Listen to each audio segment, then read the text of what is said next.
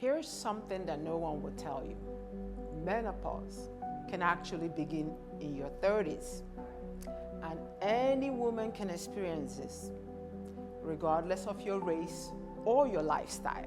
I know, it sounds unfair, even impossible, but many women find themselves in this season years before they expect it.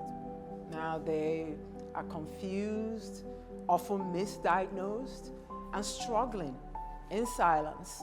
Now, I've said this so many times.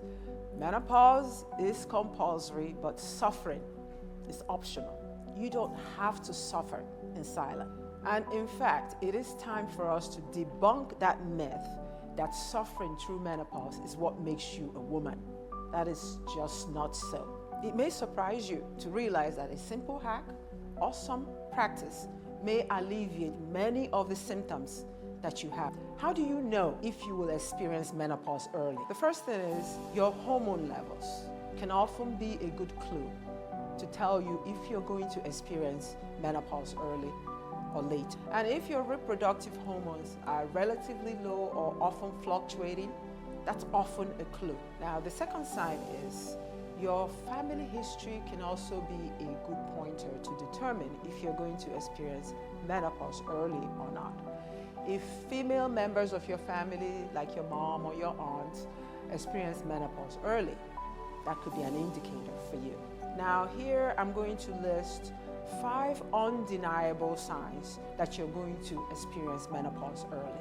First one is when your menstrual cycle becomes unpredictable. And this is often the first signal that most women will notice. Now, cycles that stretch for a long time, arrive closer together, or sometimes disappear for months and then suddenly reappears. Now, at first you might think it's related to your diet or maybe you're under stress, but the irregularity persists. And number 2, sleeping suddenly becomes impossible. Now, night sweats, restlessness, keeps you awake till 2 in the morning. And often after having slept the whole night, you still feel unrested because of the interruptions. Now, over time, you're exhausted. It sneaks into you the rest of your day, stealing your energy and just wiping you out. Number 3, your emotions often shifts in ways that you find it difficult to explain. You're irritable, you're anxious, and then sometimes you're sad for no reason at all. And for some women, this is often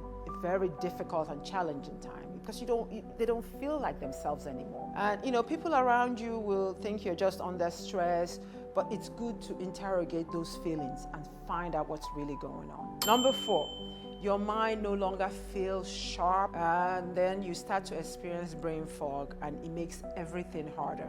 Sometimes you lose your words, you're struggling to keep appointments, or you're talking and suddenly you forget what you were saying. Now, this actually happened to me, the brain fog, and that was really difficult because when I was experiencing the brain fog during perimenopause, my sisters would tease me and say, "Oh yeah, she forgets everything."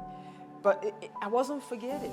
It was perimenopause. So that's an absolute symptom that I had, along with the other ones, but they're resolved now.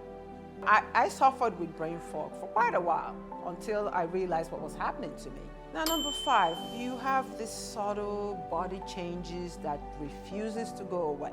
Dry, itchy skin, vaginal dryness. To be honest, the dry, itchy skin was very bothersome. I mean, you can't even be outside in the sun for any length of time.